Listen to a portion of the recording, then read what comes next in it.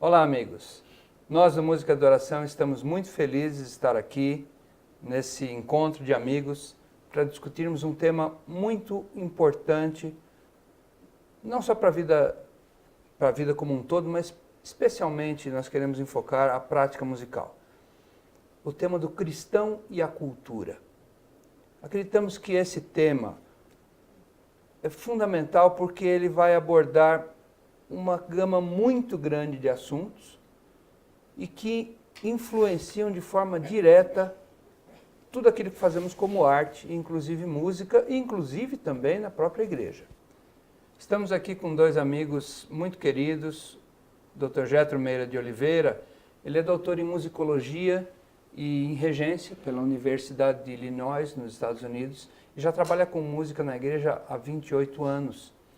Atualmente ele é professor do Centro Universitário Adventista de São Paulo, o NASP, no campus de Engenheiro Coelho, e além de lecionar nos cursos de graduação e pós-graduação, ele também rege corais e a Orquestra Sinfônica do UNASP. Outro amigo é o pastor Gilberto Tais, formado em teologia pelo IAN, o Seminário Adventista do Nordeste, e é pós-graduado em filosofia também.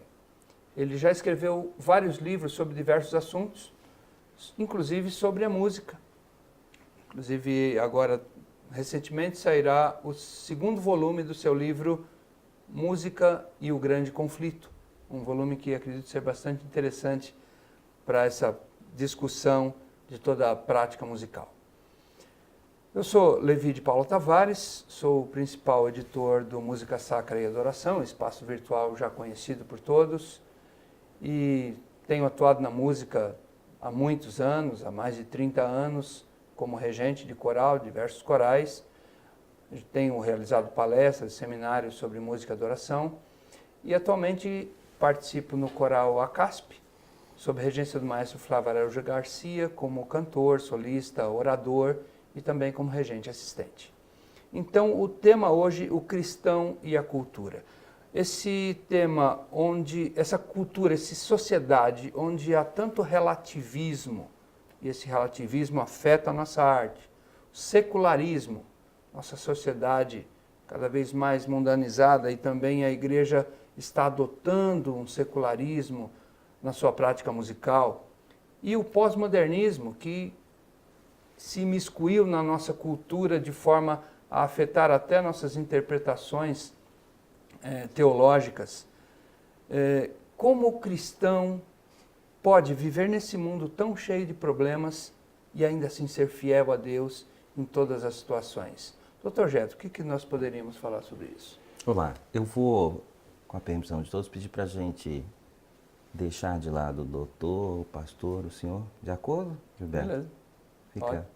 mais à vontade, a gente pode... Afinal, a gente está numa roda de amigos, Isso, não é verdade? exatamente, Okay. Conversar mais à vontade. Essa situação, esse cenário que você pintou do mundo atual, ele é extremamente complexo, principalmente para se manter valores cristãos. O mundo que nós temos hoje, ele tem valores específicos. E o primeiro e supremo de todos é o consumo.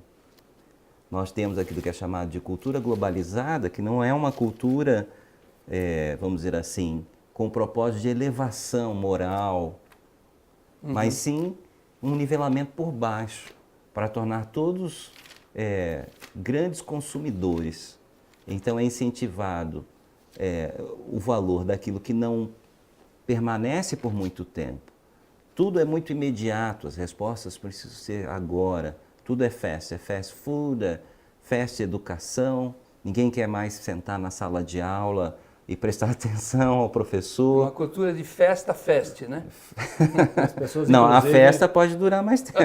E as pessoas, inclusive, são valorizadas mais pelo que elas têm do que pelo que ela é. O que ela é, exatamente. Isso é um valor. Sem dúvida. Um dia, inclusive, até um rapaz chegou para mim e disse assim, olha aí, olha meu tênis importado e paguei R$400.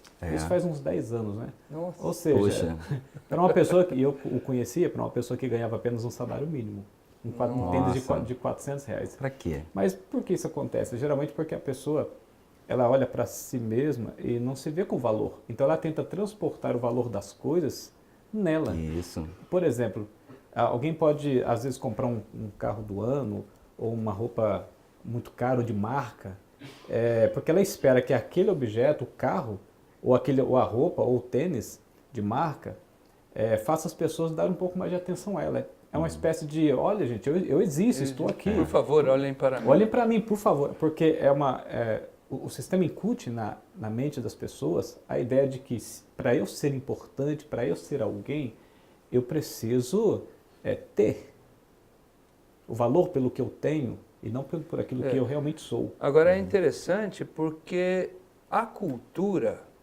quando é uma cultura que eleva, quando é uma cultura que melhora a vida da pessoa, ela faz você ser uma outra pessoa. Ela melhora quem você é, como pessoa e enquanto ser humano. Enquanto o ter não tem essa capacidade, né?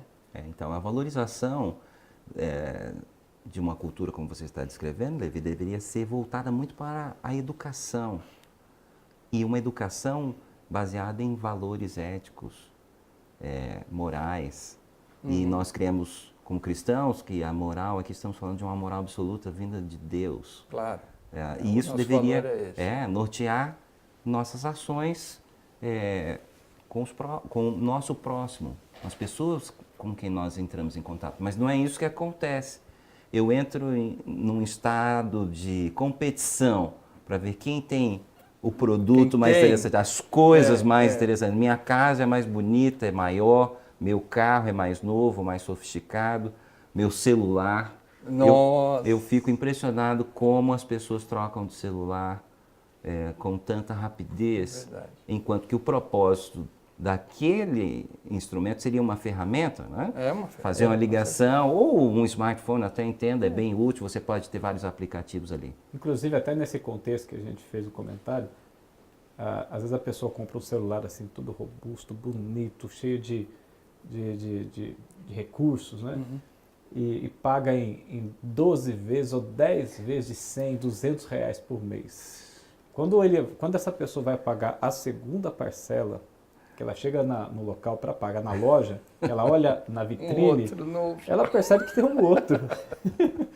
Um outro, eu não vi esse celular no dia que eu comprei o meu, deixa eu ver. Aí ela pergunta, que celular é esse? Ah, esse aqui é lançamento. Pronto. Pois é, aí o vendedor apresenta os novos recursos.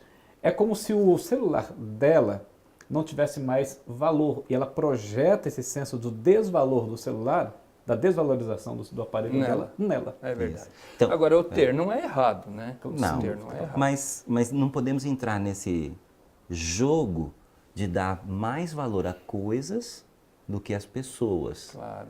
E, acima de tudo, também não transformar pessoas em coisas. Exato.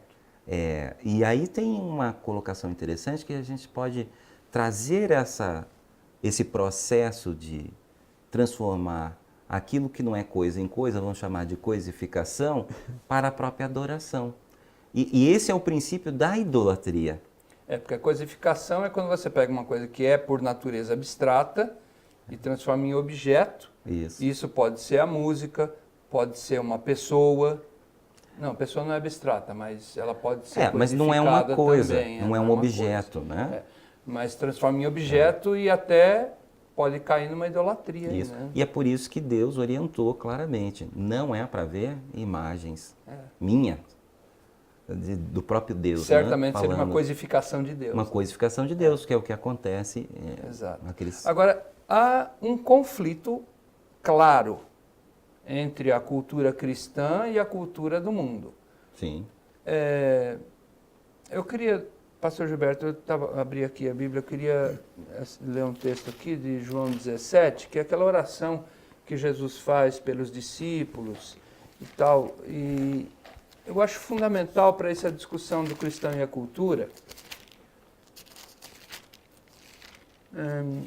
A partir do verso 13, João 17, a partir do verso 13. Agora vou para ti, mas digo essas coisas enquanto ainda estou no mundo, para que tenham plenitude da minha alegria. Ou seja, é possível ter plenitude da alegria de Cristo neste mundo. Certo. Dei-lhes a tua palavra e o mundo os odiou, pois eles não são desse mundo, como também eu não sou. não rogo que os tires do mundo, mas que os protejas do maligno, ou que os livres do mal, como a versão Almeida coloca. Eles não são do mundo, como também eu não sou. Santifica-os na verdade, a tua palavra é a verdade. Esse texto demonstra um conflito. Conflito, assim, básico. Eu estou no mundo, mas eu não sou do mundo. Ok. O que a gente poderia dizer disso? Sim. Em outra ocasião, Jesus também disse, eu vou pelo menos citar 4 situações. Primeiro, Jesus um dia disse assim, que o príncipe deste mundo é Satanás. E também ele disse que o mundo jaz no maligno. Ou seja, com essas 2 declarações, ele está enfatizando que a administração deste mundo está sobre as mãos do inimigo, do anjo caído, Claro. rebelado. Claro. Portanto, isso pode indicar que as transformações que acontecem neste mundo, isso sugere que essas transformações podem estar sendo executadas por Satanás. Ok? Sim. Isso poderia, isso vai. Ele é o príncipe, então ele tem poder para fazer toda. Sim, exatamente. A terceira declaração de Jesus foi quando ele disse assim: o meu reino não é deste mundo. Bom, Satanás é o príncipe do mundo. Ele é quem administra as coisas nesse contexto de pecado, de rebelião. E Jesus enfatiza: meu reino não é deste mundo. Agora, o detalhe que é mais curioso é a 4ª declaração. E ele diz assim, lá em João 14, vou preparar-vos lugar.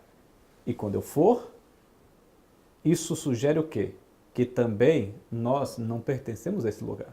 Exato. Ele deixou bem claro aqui nesse texto que acabamos de ler, né? Sim, sem que dúvida. Não somos desse mundo. Não somos, exatamente, não somos deste mundo.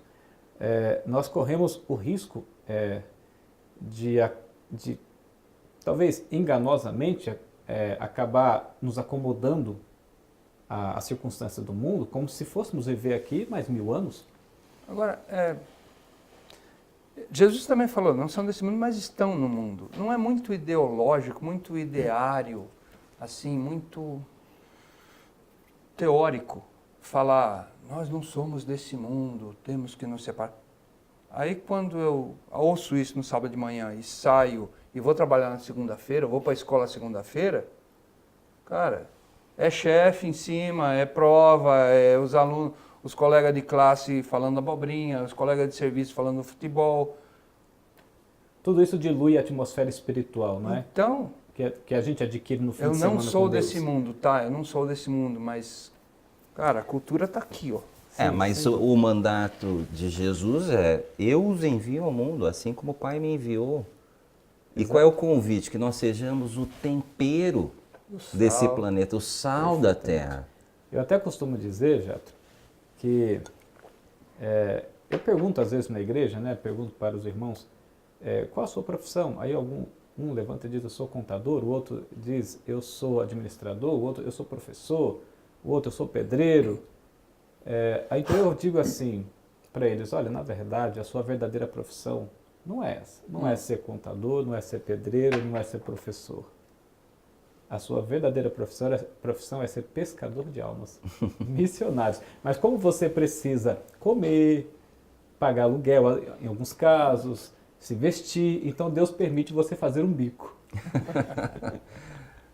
O apóstolo Paulo fazendo suas tendas, né? Sim. Ele era primeiro apóstolo, né? Mas sim. tinha que se manter com certeza, fazendo tendas. Mas esse conflito é real. Você concorda com isso? Com certeza. Sim, com certeza. Esse conflito não tem como fugir. Agora, como que nós reagimos ou deveríamos reagir a esse conflito? Porque se tem um conflito, vai ter uma reação. Ou essa reação é de se proteger ou de lutar contra. Né? Como que a gente reage ou como deveria reagir a isso? Tem um livro chamado Verdade Absoluta, da Nancy Pearcey, publicado pela CPAD. É um bom livro. E tem algumas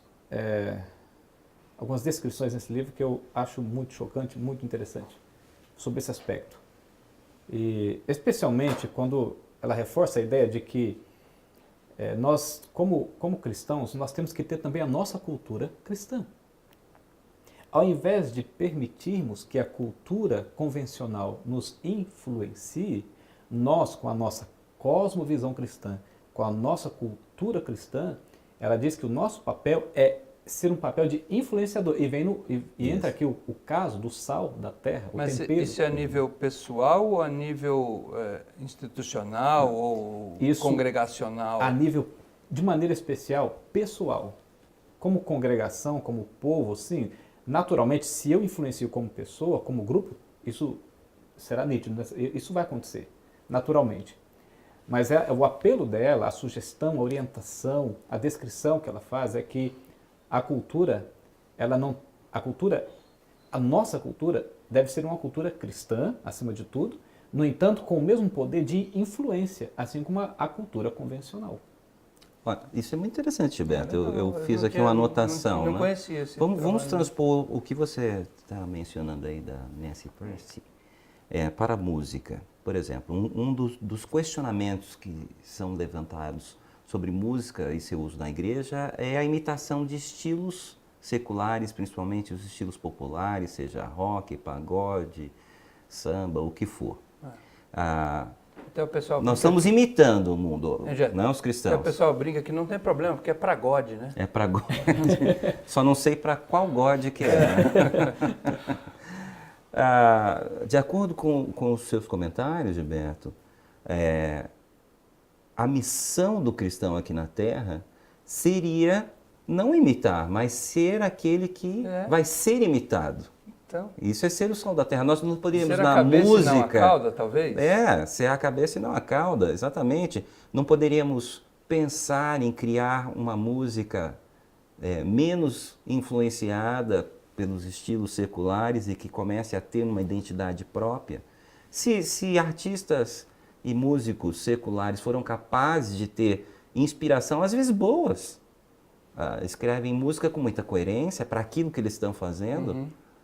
Eu costumo muito falar, por exemplo, sobre trilha sonora de filmes. É muito difícil você ter um filme que não tenha música. Porque... É muito difícil compor uma música de trilha sonora. Olha, talvez nem tanto. Quem trabalha com isso... Sério? Eu imagino que seja super difícil. Consegue fazer isso bem, viu? Mas nós não conseguimos imaginar um filme que não tenha trilha sonora. Não dá. E a trilha sonora de um filme ajuda a criar as várias atmosferas do filme, o clima que a gente diz, né? É tensão, é ação, expectativa, romance, relaxamento. Por que nós não somos capazes de pensar nisso na igreja com facilidade? Bom, essa é uma questão que eu tenho. Olha, é claro, você fez só dar um exemplo, porque a música na igreja não é para quem é um clima, né? Talvez tecnicamente, Levi, você está olhando pela semântica da palavra clima, mas no nosso clima informal aqui, pense o que seria uma atmosfera de adoração a Deus, como o clima que eu estou usando aqui na palavra. Se eu quero que a congregação entre em acordo de que devemos ter reverência, há várias coisas que eu posso fazer sobre isso, desde a arquitetura da igreja, a disposição dos assentos, a iluminação, o conforto dela, a temperatura que está ali dentro e seguramente pelo comportamento das pessoas que participam do culto. Eu não posso esperar que as pessoas tenham uma atitude reverente diante de Deus, se nós cremos que Deus está presente ali no nosso culto, se a forma como eu conduzo o culto não expressa reverência. E aí envolve comportamento, apresentação, tudo isso. Palavras. E na música eu posso trabalhar isso. Entendi. Eu não posso jamais querer uma música agitada para criar uma ideia de reverência. E o mesmo também é verdade. Eu não posso pegar uma música que é muito estática se a ideia... De júbilo. De júbilo, exatamente. E muitas vezes nós nos perdemos em detalhezinhos desses. Por quê? O que o mundo globalizado faz com a música é uma música meio parecida o tempo todo, né? Eu costumo assistir o noticiário de esporte do meio do dia aí, sempre tem uma propaganda de uma nova dupla sertaneja em kit, CD, DVD, Blu-ray, às vezes vem o boné. E para mim é tudo igual. Parece que é uma fórmula. E como vende, né? É um produto comercial que descobriram que tem sucesso, ele é trabalhado de tal forma que as pessoas se acostumam com aquilo, se habituam àquilo e compram o produto. E é altamente descartável, né? Altamente descartável. Altamente. E é por isso, é a cultura fest. O que eu comprei de música há 2 meses atrás, eu não envolvi mais, já passou, agora tem outra coisa. E naquela época você tinha que ouvir aquilo. Tinha que ouvir aquilo. E agora você tem que ouvir esse outro. Tem que ouvir o outro. E se a gente transpõe essa atitude para o louvor e adoração na igreja com relação à música, nós estamos sem dúvida, sem dúvida. Realmente numa situação muito difícil, porque os valores são diferentes. Os valores que nós acreditamos na Bíblia são valores eternos. Lógico que nossa produção humana não vai ter o peso de uma produção eterna. Eu não creio que mesmo a melhor música sacra que nós possamos fazer aqui na Terra, ela é para ser usada o tempo todo. E eu acho que esse é um outro ponto. Nós temos a tendência, ao mesmo tempo que tudo é descartável, de nos apegar a certas coisas. Uhum. E aí entra naquele assunto de transformar algo que não é coisa em coisa, uma coisificação. Então, por exemplo, eu já me deparei diante da situação de pessoas que diziam assim, se não for desse estilo a música da igreja, não serve para mim. Eu só me sinto adorando a Deus se for esse tipo de música. Ou se for essa canção, ou esse compositor, ou esse grupo, ou aquele cantor, ou aquele coral, ou aquele... Entendeu? E isso pode acontecer com qualquer tipo de música, certo? Eu posso me apegar tanto àquilo, e música é algo abstrato, nós criamos que a música não é objeto. Objetos são assim, computador, copo, livro, caneta, papel, roupa.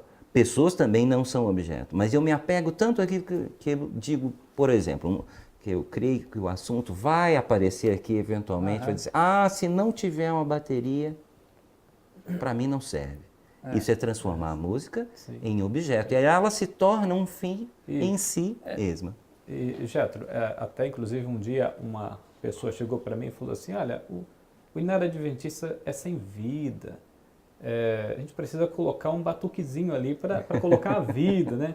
Eu até ironicamente acabei, depois, claro, me arrependi de ter falado, né? Mas eu acabei até dizendo assim, olha, irmã, é lata vazia que faz barulho. Mas sabe, olha... Interessante esse comentário irônico. Olha, essa questão da cultura e o cristão, ela é muito complexa e é uma preocupação de muitos teólogos e filósofos cristãos, né? Por exemplo, eu tenho aqui a declaração de Kenneth Mears, e ele diz o seguinte, que cada geração de cristãos enfrenta desafios únicos. Únicos. Porque a cultura... eu costumo dizer que assim, o que são regras?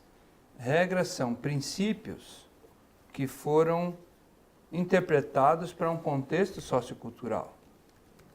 Então, cada cultura vai ter suas regras diferentes, embora os princípios sempre sejam os mesmos.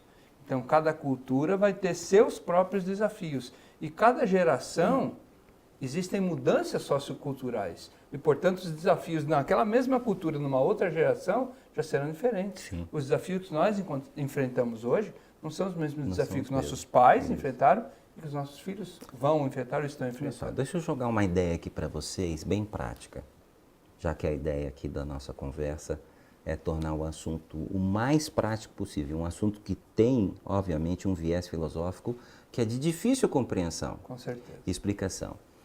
Minha definição bem simples de cultura.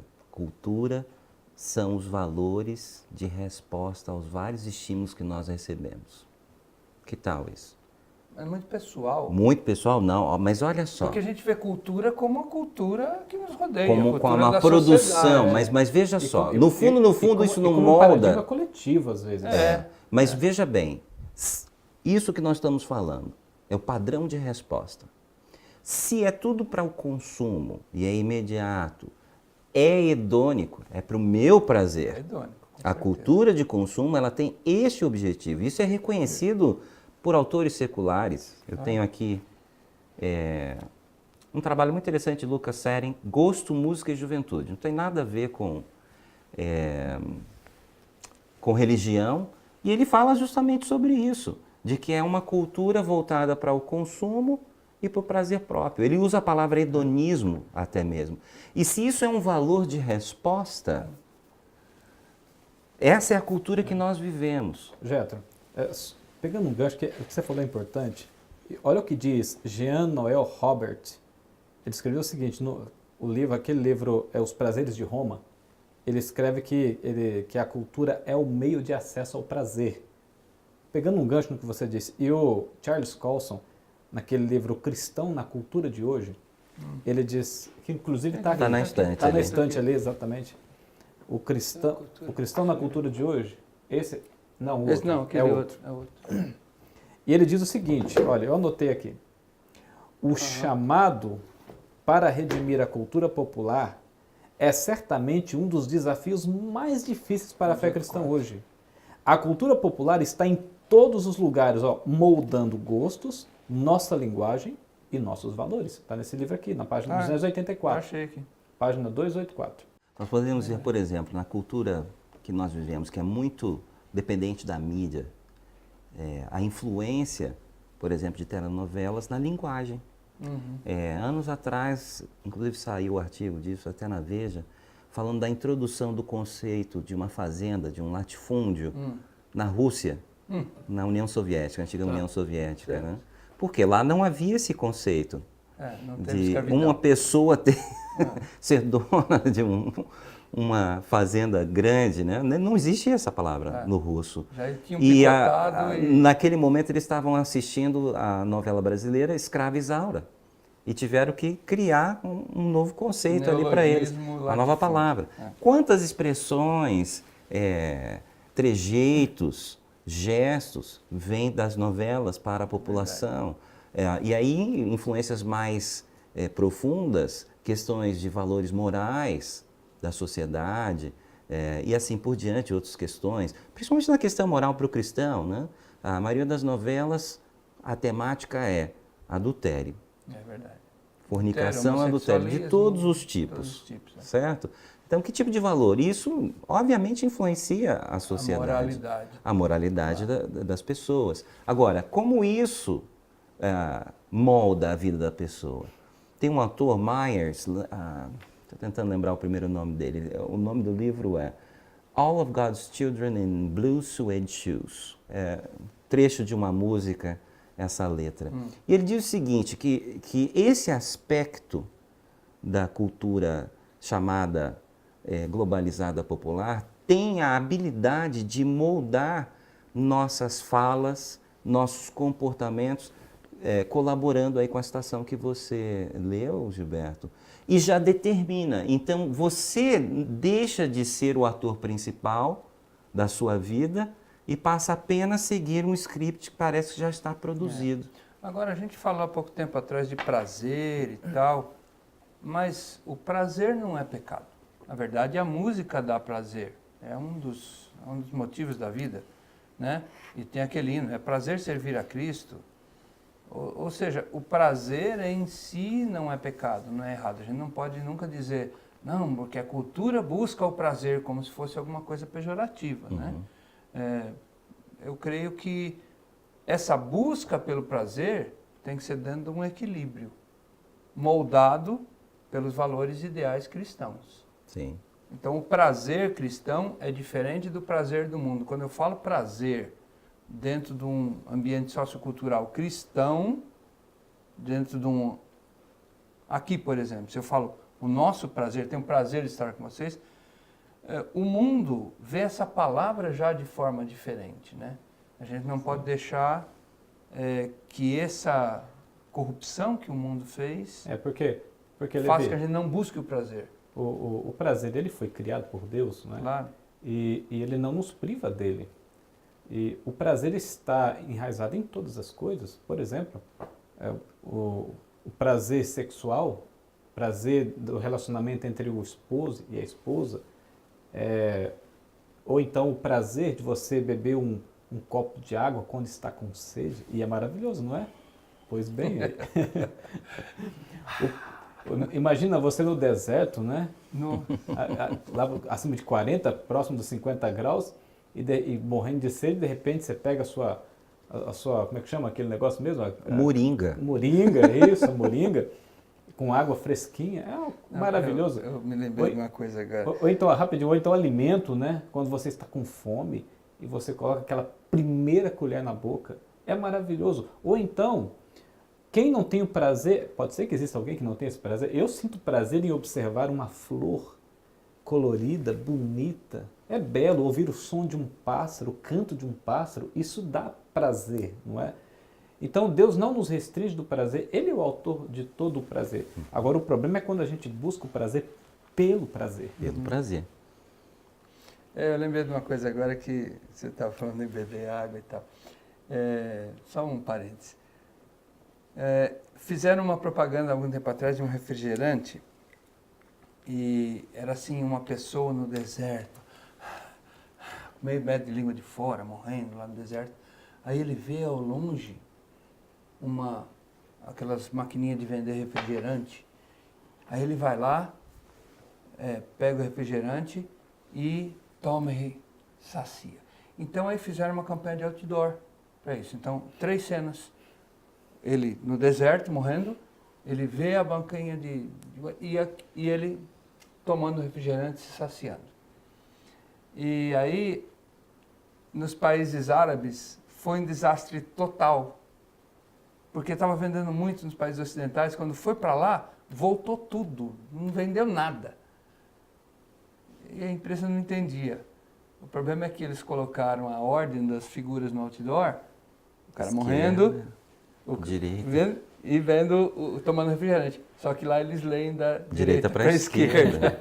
Então ele tomava o refrigerante e sentia calor depois.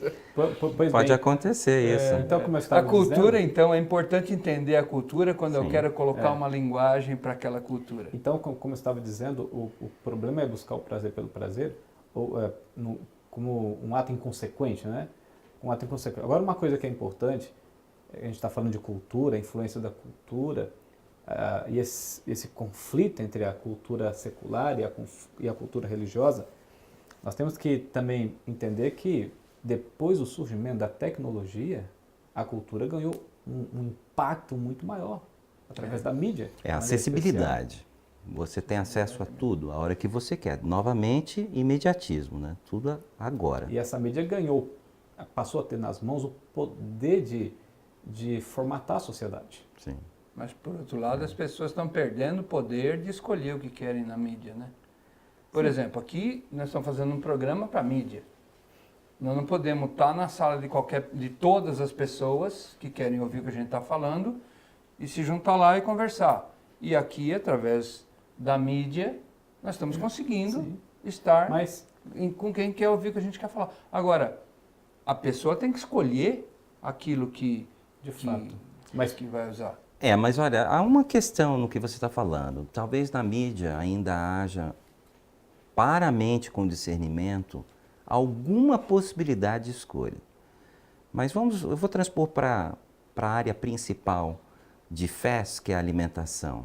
É uma ilusão as escolhas, porque não faz diferença na escolha ter várias marcas de lanchonete que servem hambúrguer com batatas fritas. É a mesma coisa.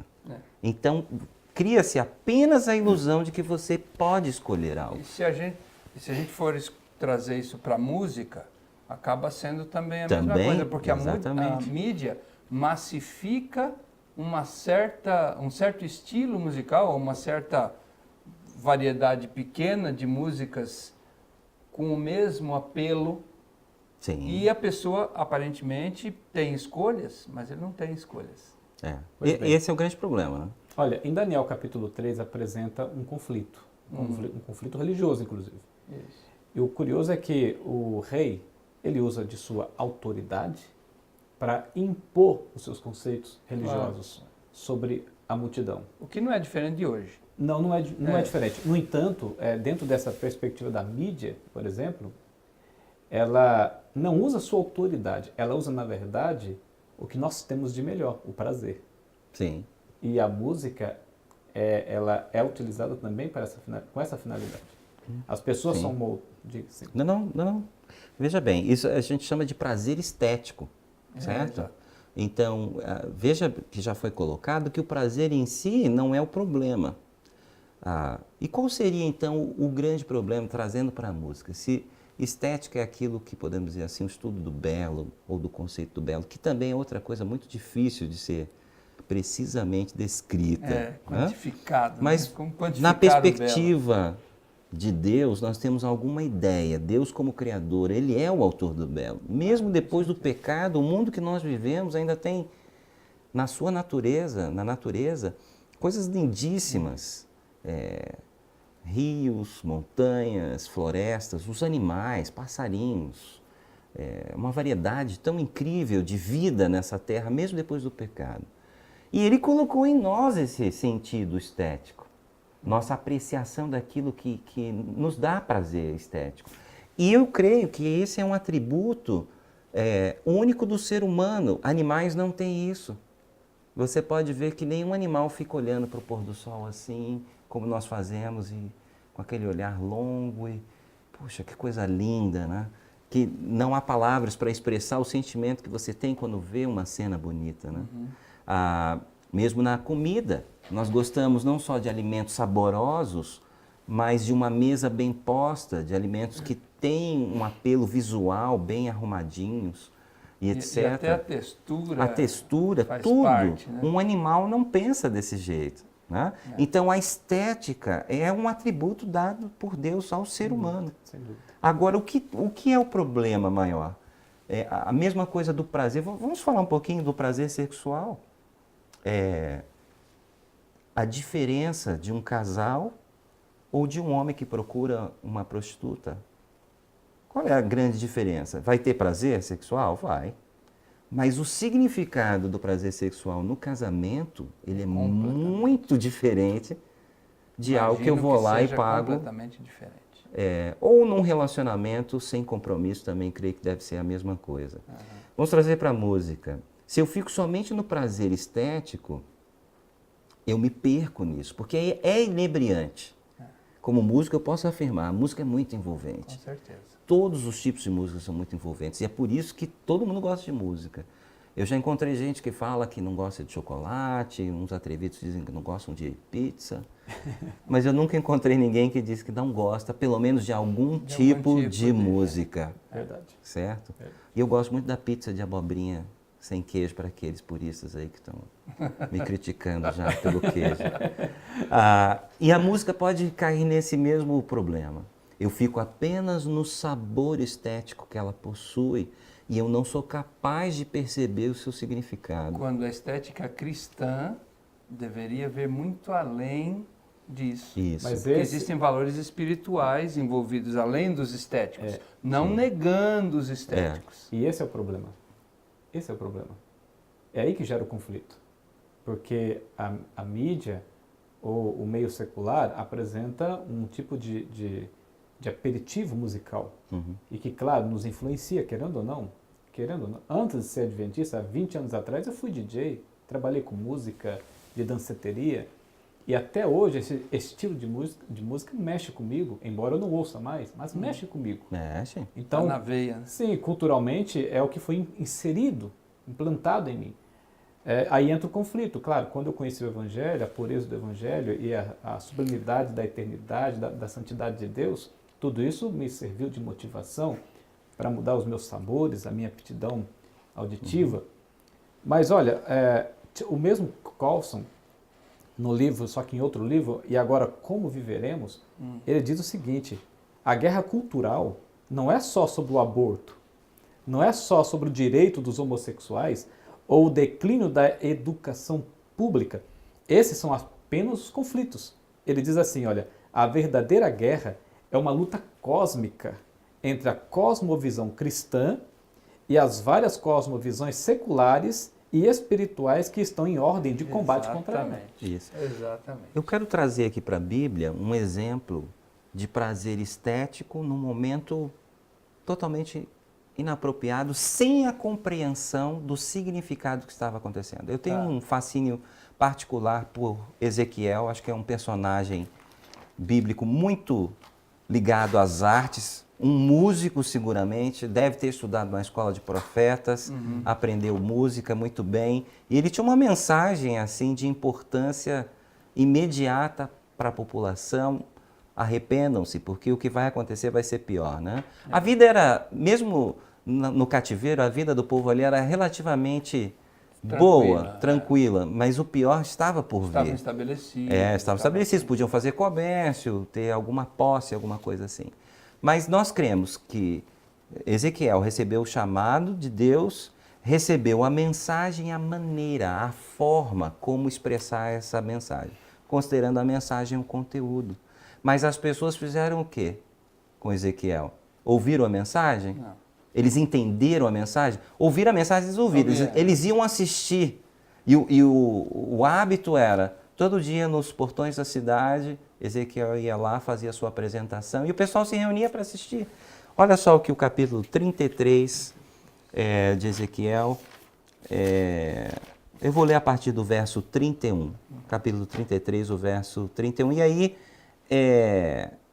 Deus falando: o meu povo vem a você, Ezequiel, o profeta, como costuma fazer, e se assenta para ouvir as suas palavras, mas não as põe em prática. Então as pessoas vinham para ouvir a mensagem. Com a boca eles expressam devoção, mas o coração deles está cheio de ganhos injustos. E aí o verso 32, que eu acho muito importante para a nossa discussão aqui sobre música. De fato, para eles, você não é nada mais do que um cantor que entoa cânticos de amor com uma bela voz e que sabe tocar um instrumento, pois eles ouvem as suas palavras, mas não as põem em prática. Então veja só, eles inclusive achavam bonito. Não, peraí. Era agradável. Aqui, você acredita que Ezequiel ele falava a palavra profética cantando, ou isso seria uma metáfora? Não, cantando. Não, eles veem você só como se fosse um cantor. Não. Ele cantava e tocava. Uhum. Se fosse hoje, provavelmente o mais fácil, ele teria um violão para acompanhar a si mesmo enquanto cantava. Instrumento fácil de transporte. E ele cantava bem, voz bonita, e para o povo nada mais era do que uma bonita apresentação musical, prazer estético. Eles não conseguiam perceber, eles não tinham a percepção da mensagem, do significado da mensagem. E isso, para mim, é um ponto extremamente preocupante. Porque no caso aqui de Ezequiel, nós temos que crer que ele recebeu não só a mensagem de Deus, mas também a maneira, a forma como expressar. Então, ele não estava usando uma música que seria, vamos dizer assim, imprópria, incorreta para apresentar essa mensagem. E assim mesmo, as pessoas não foram capazes de perceber. Por quê? Elas estavam, de alguma forma, de alguma maneira, condicionadas a ter essa reação passiva e não ativa na apresentação musical de Ezequiel. Tem dois pontos, né? Um ponto que a gente precisa levar em conta, embora Ezequiel fosse um profeta de Deus, tenha recebido de Deus a mensagem, e talvez não seja o ponto aqui, mas é um ponto que a gente pode apresentar a música de uma forma que leve a um exibicionismo pessoal, e daí o que vai importar é realmente a bela voz, é realmente quanto ele sabe tocar e tal. Talvez não seja o caso de Ezequiel. Não, eu tenho certeza que não Levi, porque senão Ezequiel não seria um profeta de Deus. Mas seria um profeta falso. Sim, mas isso existe. Existe. Mas o ponto que eu quero levantar é que mesmo tendo a mensagem adequada, com a forma adequada, se as pessoas não estiverem preparadas e dispostas a compreenderem essa mensagem, não vai funcionar. Exato. Que é o segundo ponto que eu ia falar. Nós, como cristãos e como músicos, principalmente os músicos, temos que pensar além da estética. Além da estética. É o título de um texto meu, Além da Estética. Sim, é verdade, conheço já. Acho que está no seu site, se não me engano. Deve estar no site, sim. Eu não lembro exatamente, mas se não está, está na fila. Está na fila. Agora, principalmente o compositor, ele não pode pensar apenas, pô, isso soa bem. Não, peraí, o que isso está transmitindo? Exato. Que casamento que isso tem com a letra que eu vou colocar aqui, ou que eu já estou colocando aqui? Que descrição essa música, porque a música pode ser descritiva e a música tem uma mensagem em si mesma, que descrição essa passagem melódica está fazendo?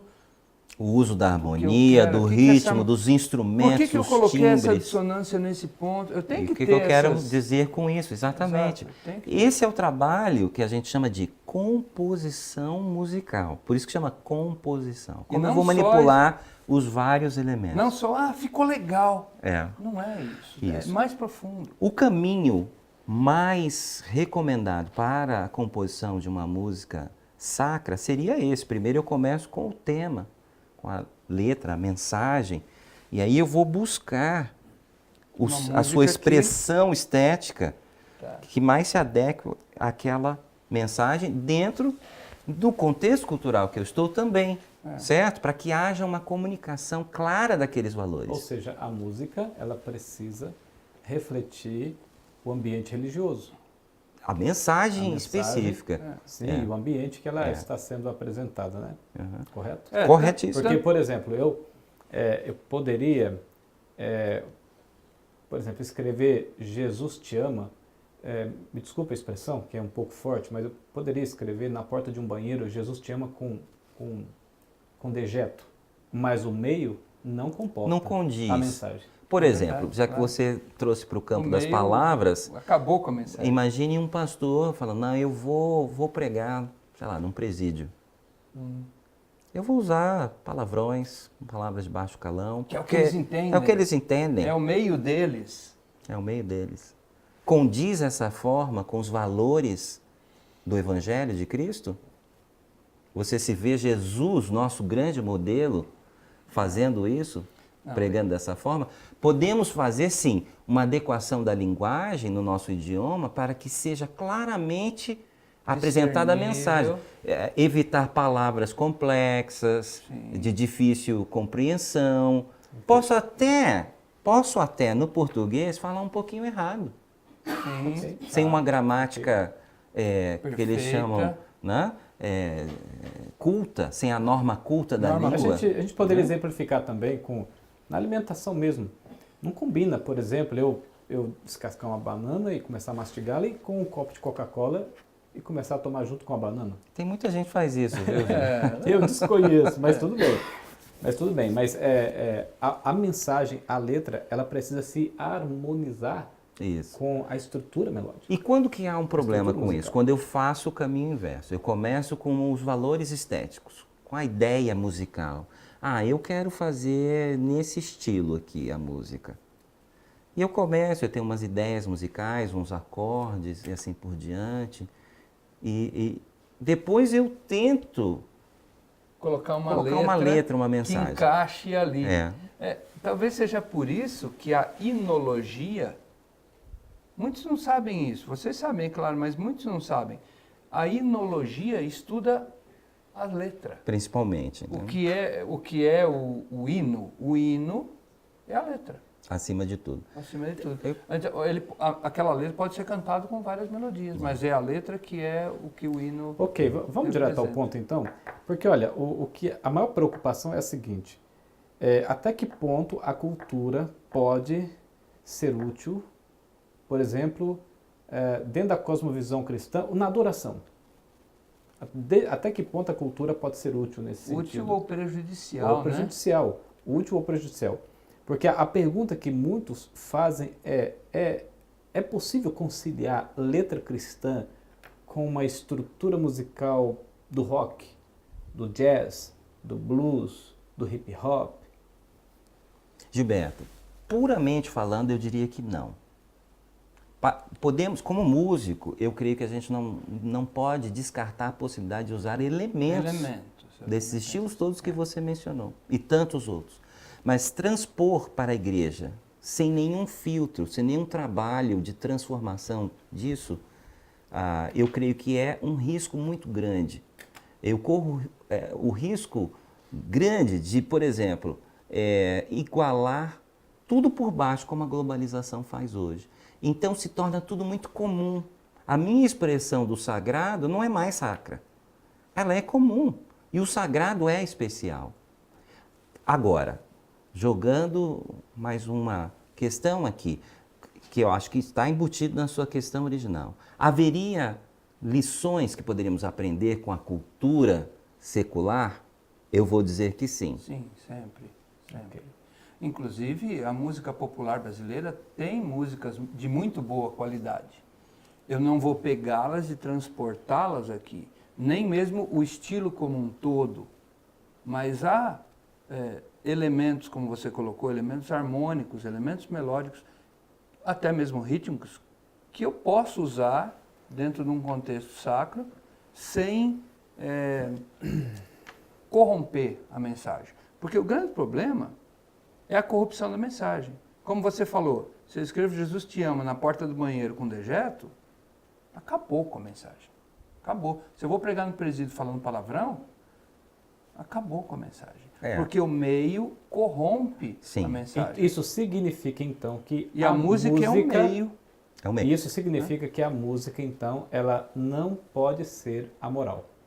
Não, ela não é amoral. Acho que quem fala isso, primeiro deveria detalhar e fundamentar essa expressão. Porque isso é repetido e ninguém demonstra isso. Não, eles têm a fundamentação. Não, eu vou colocar a fundamentação aqui que eles dão. Porque se eu toco um dó, é um dó, é o mesmo dó. Se eu estou cantando um hino, é um dó. Se eu estou cantando um rock, o dó continua sendo dó. Então o dó não faz diferença nenhuma, é a mesma coisa. Mas assim, que um dó de um hino é diferente da música mundana? Mas assim como o alfabeto. Com a letra do alfabeto, ela é amoral. Mas e se eu escrever uma palavra muito forte com ela, um palavrão com ela, usando essas letras do alfabeto, ela já deixa de ser amoral. A mesma coisa é a nota musical. A nota por si é amoral. Mas com as notas eu posso produzir músicas amorais. Existe exemplo que você pode escrever a palavra pura. E se você trocar uma letra, você está falando uma palavra desqualificadora. Impura. Não, Eu queria fazer duas colocações, uma rápida e a outra não sei quanto tempo vai demorar. Apesar de haver um péssimo casamento de mensagem e meio nos exemplos dados do palavrão para os presidiários, até mesmo do dejeto na porta do banheiro, isso não impede um Deus soberano, cuja vontade está acima de tudo, de pegar isso e tocar numa pessoa e ainda usar. O que é incrível. Apesar dele. Agora, isso não me dá o direito, como Deus tem esse poder para transformar as coisas mais terríveis em bênçãos, de achar que eu posso fazer isso e que isso é o melhor caminho. E viável, e essa é a missão que eu tenho. Isso. O segundo comentário, a segunda colocação, sobre o amoral. Só um adendo aí, né? Eu costumo dizer assim que Deus pode usar qualquer coisa, mas eu não sou Deus. Né? Então, se um bêbado caído na rua, caído na sarjeta, está lá espumando, ele acorda com um cachorro lambendo a boca dele. Que negócio, sai pra lá. Mas ele para pensar, onde eu caí? Onde eu cheguei? E aí ele pode, a partir disso, ir buscar uma melhoria, e buscar outros valores, e aí ele pode encontrar Deus. E Deus pode usar essa busca dele para se apresentar a ele. Agora, esse é o caminho do evangelismo que nós devemos seguir? Fazer os cachorros lamber a boca das pessoas? Não. Acho que não vai ser muito efetivo. Não faz sentido. Mas Deus é soberano, eu não sou. No livro História da Redenção, na página 31, Ellen White escreveu que Satanás mudaria o cântico de louvor a Deus em cântico de ódio, e um cântico que reflete ódio e que reflete maldição. Esse contexto que vivemos de intenso relativismo e de secularismo tem feito com que muitos pensem, acreditem que o louvor, a música, ela é amoral. Amoral. E não é à toa que nós ouvimos não, mas a gente fica sabendo por aí de pagode de Jesus, do rap de Jesus, hip hop de Jesus. É comum isso hoje. E é no meio cristão, é no meio cristão. Tudo, se for seguir da palavra gospel, está valendo. Está valendo. Né? Então isso é muito frequente, a gente vê, e cada vez mais intenso. No entanto, quando a gente se reporta à Bíblia, e eu como pastor posso dizer isso, a gente encontra sempre expressões absolutas.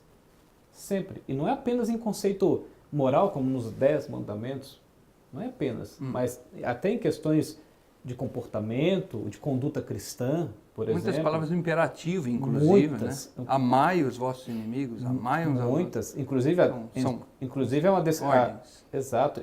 Jesus mesmo, ele foi muito enfático, né? Eu sou o caminho. Olha que ousadia.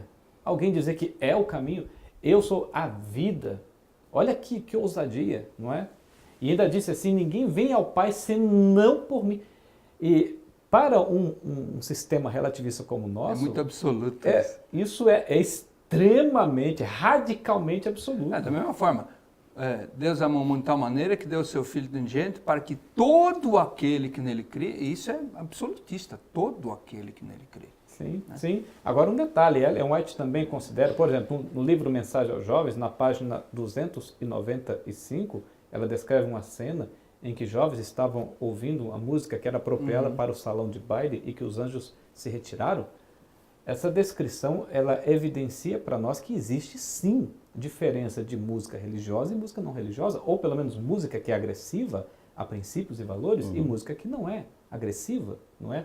Em Isaías capítulo 5, verso 20 e 21, há uma advertência para aqueles que fazem misturas do santo com o profano. Ai daqueles, a expressão ai é uma expressão de juízo, de sentença. Ai daqueles que fazem da luz trevas e das trevas luz, que fazem do bem mal e do mal bem. Ou seja, inversão de valores. Sim, exatamente. A mentira é a verdade é a Sim, mentira. e que está centralizada dentro de um contexto emoldurado no conflito final. Um conflito entre o quê? Que conflito é esse? Um conflito entre o bem, entre o mal, entre Cristo e Satanás, onde o campo dessa guerra, dessa batalha, é justamente aonde? Aqui, na mente humana. Então, só uma coisinha, vamos fazer o seguinte, nós vamos encerrar aqui agora, vamos para o nosso segundo bloco, vamos ter um intervalo. No segundo bloco, o Jetson vai dar aquela opinião que ele falou e a gente vai continuar aqui na parte da moralidade e entrando em aspectos mais práticos. Vamos falar aqui um pouco de bateria, de associações mentais, da forma do culto, o que Deus aceita e o que Deus tolera. A música no tempo do fim. A música no tempo do fim. Então vamos trazer alguns assuntos que serão bem práticos para todos que estamos assistindo. Continue conosco.